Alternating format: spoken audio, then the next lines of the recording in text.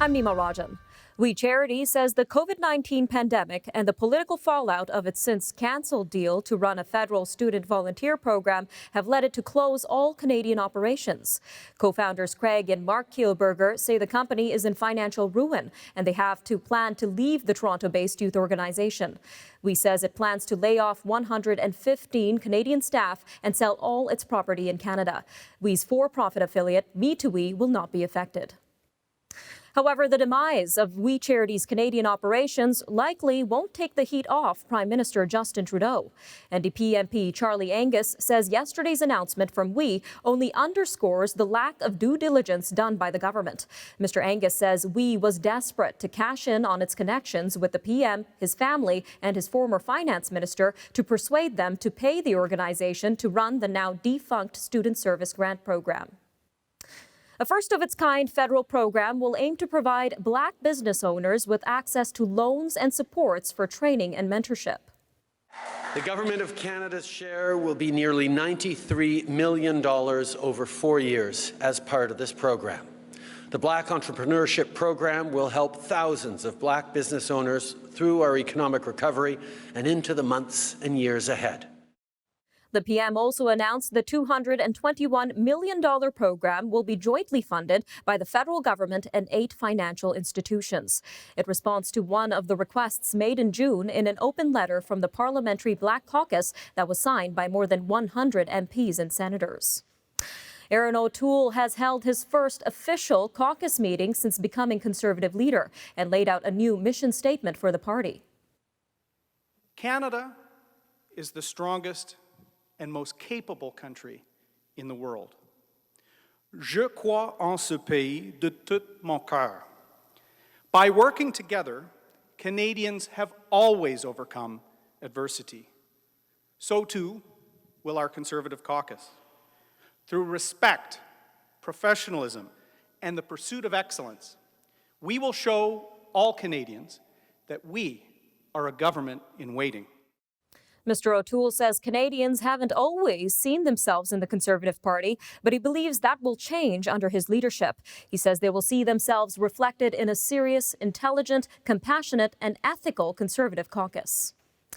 New Brunswick's party leaders are preparing for another debate tonight as they head into the final stretch of the provincial election campaign.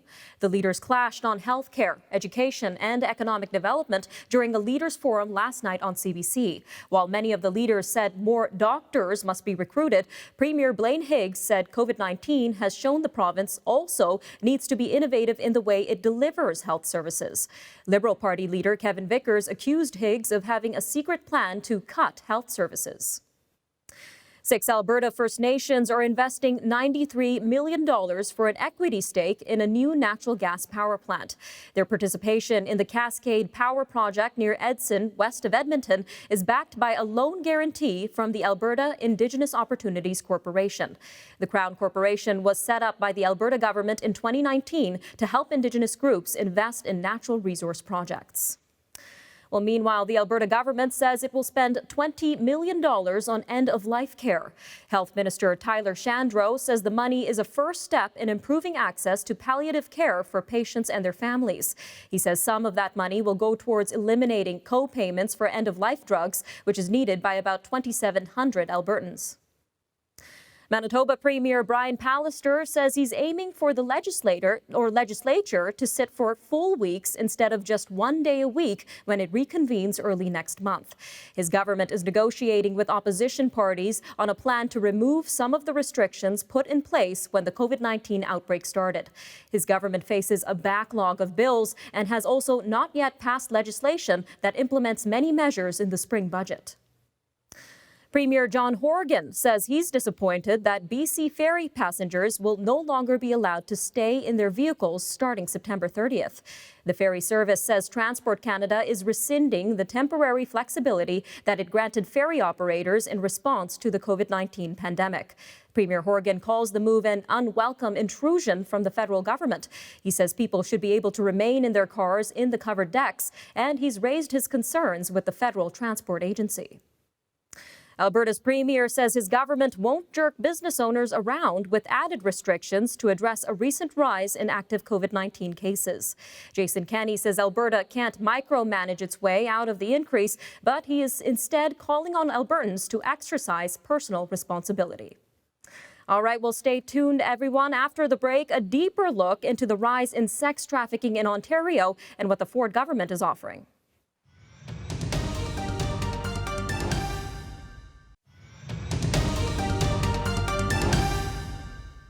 The province of Ontario is providing nearly $8 million in funding to help support victims and survivors of human trafficking. The Ford government says the $7.65 million will be provided over 5 years to frontline organizations that provide victim services. Among other things, the funding will help frontline workers intervene early to help victims transition out of human trafficking and cover essential expenses such as accommodation. Premier Doug Ford says the funding is part of Ontario's anti-human trafficking strategy set up to help young women and children escape what he describes in a release as a living nightmare. About 2/3 of police-reported human trafficking cases in Canada occur in the province of Ontario. The city of Barrie is a key gateway to northern and southern Ontario and has been identified as a human trafficking hotspot, with more than double the national level of human trafficking cases reported in 2016, according to advocacy group Fight for Freedom. The Barrie Women and Children Shelter in the city provides beds for women and children fleeing domestic violence and has 2 dedicated beds for women who are experiencing trafficking. Joining me now is Teresa McLennan, Executive Director at the Women and Children Shelter in Barrie. Ma'am, thank you for your time today. Thank you. So let's start by talking about what human trafficking is and its severity in Canada. Well, certainly Canada and Ontario in particular sees very increased numbers of human trafficking. And human trafficking is the movement and coercion, manipulation of women in particular, and specifically sexual exploitation of women and young girls. So really those women have no control over what is happening to them in that their identification has been taken. If you are a Indigenous woman, if you are a immigrant or refugee woman, you are very isolated and certainly higher at risk of being trafficked. And how old are the victims on average coming through your shelter doors? That's an interesting question because, of course, we are a women's shelter, so we don't support youth here in our shelter. But the average women that we see who have an experience of trafficking would be 25 to 40 years old. Certainly other agencies in our city of Barrie, like Youth Haven, would see younger populations that have an experience of trafficking. So let's talk about your experience in handling survivors of trafficking. What do they need to reintegrate into society? Well, certainly it is challenging to support women who have an experience of trafficking. They come with a lot of different things that are happening in their lives, one of which would be an addiction to drugs, alcohol. And part of that is the coercion that has happened for women to keep them in a place that they have been human trafficked. So we see women who come to our shelter who need mental health supports, they need addiction supports, and the journey for them to heal and truly leave that trafficking is a very long one. So women who come to us, they may still be addicted to drugs, they may still be involved in human trafficking. We work with them, we start where they are at. We don't push them along because we know that journey is very complicated and it's a very long one. Now, in a previous interview, you said you had 27 beds and 2 additional beds are for trafficking victims. I wonder, is this enough to accommodate the amount of clients you get? It's definitely not. We have to turn away over 500 women every year who come to our shelter for various reasons, all of which have to do with abuse. And we do know that the need for women who are involved in trafficking is very complex. They may come into our shelter, they may need to leave. It's very much a rotating, revolving door for them. Our services need to be available when they are able to leave that trafficker and do it safely. So that is why we dedicated those 2 beds, because we recognized that we needed to have space available when those women need them the most. We definitely need more beds to accommodate the requests that we're receiving. It is very unfortunate for us that we have to refer out women every year to other places. We would like them to be able to stay in their home community of Barrie and support them here. But also for some women, it's not safe for them to stay in their home community. And that is also why we may receive referrals from women outside of province that need to come to our shelter because they can't stay where they are because for fear of being found out from their trafficker. So we receive referrals from across the province, across the country, and right here in our city. So definitely we need more space and we need more supports for those women. All right, Ms. McLennan, thank you again for your time today. Thank you very much. All right, up next, StatsCan releases disturbing numbers on assault in Canada. Manitoba confirms its first school-related COVID-19 case. More after the break.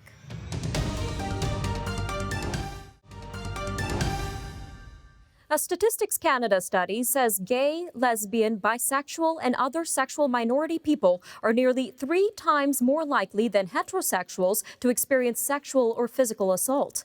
The findings published yesterday are from a 2018 survey based on safety in public and private places. 11% of sexual minority Canadians said they had been sexually or physically assaulted in the previous 12 months, compared with 4% of heterosexual Canadians. The study says a similar pattern exists in the workplace, where sexual minorities more frequently experienced inappropriate jokes and unwanted sexual attention. The CEOs of Canada's big banks say the COVID-19 pandemic has pushed their companies to balance quickly adapting to new consumer habits with a careful approach to combating economic pressures. Executives spoke at a Scotiabank annual financial summit, which is being held virtually this year. They've been looking into how to get cash out into the economy at a time when many have moved their workforces home, temporarily closed several bank branches, and begun bracing themselves for bad loans in future quarters. To withstand the pressure, they have leaned on wealth management businesses and investments in technology to make banking from home easier. Manitoba has seen its first case of COVID-19 in the classroom.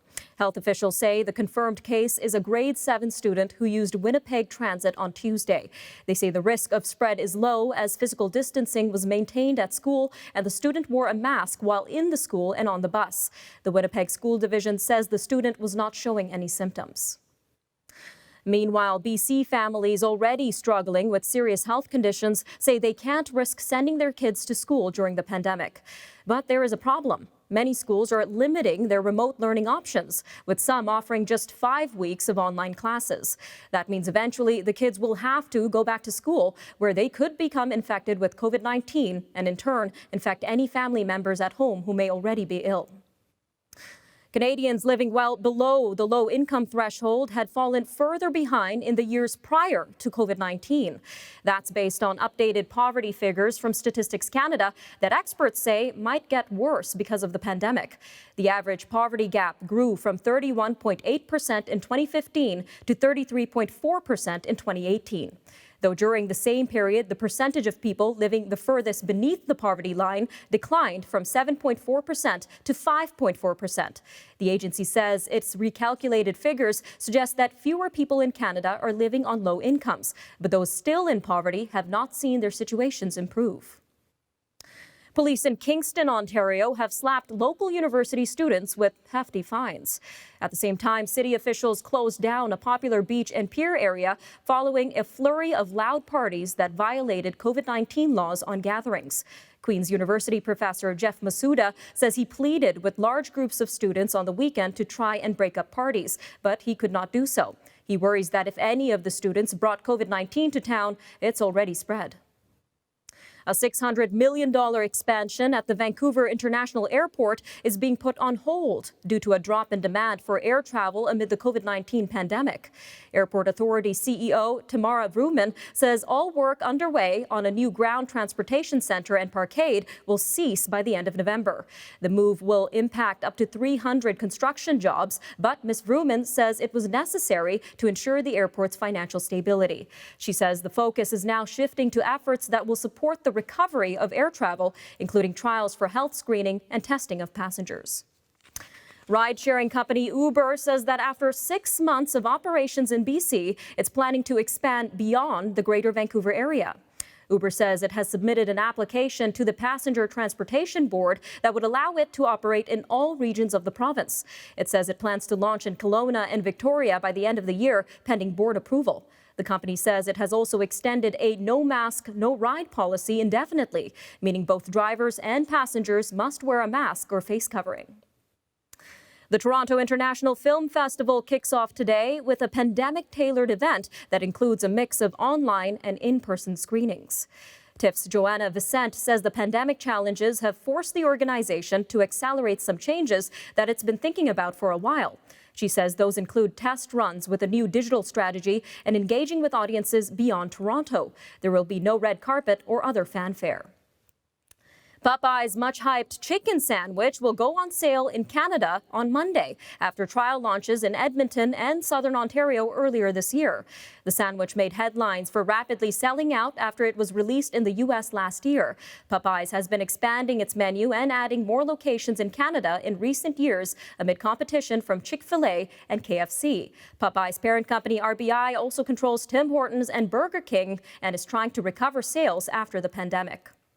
All right, more news from around the world coming up right after the break. The U.S. coronavirus aid package may be delayed. More news coming up. Stay tuned.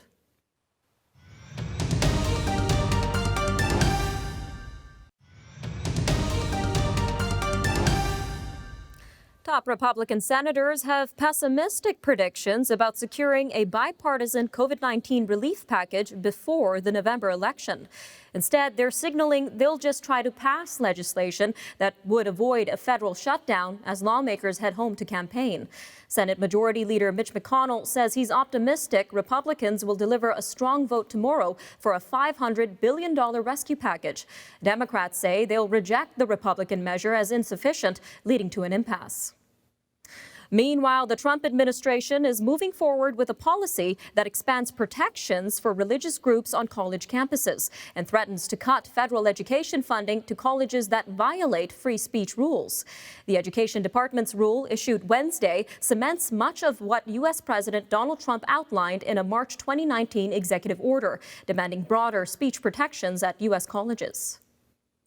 Iran's military has begun an expansive annual 3-day exercise near the strategic Strait of Hormuz, according to state TV, with the maneuvers taking place amid heightened tensions between the Islamic Republic and the U.S.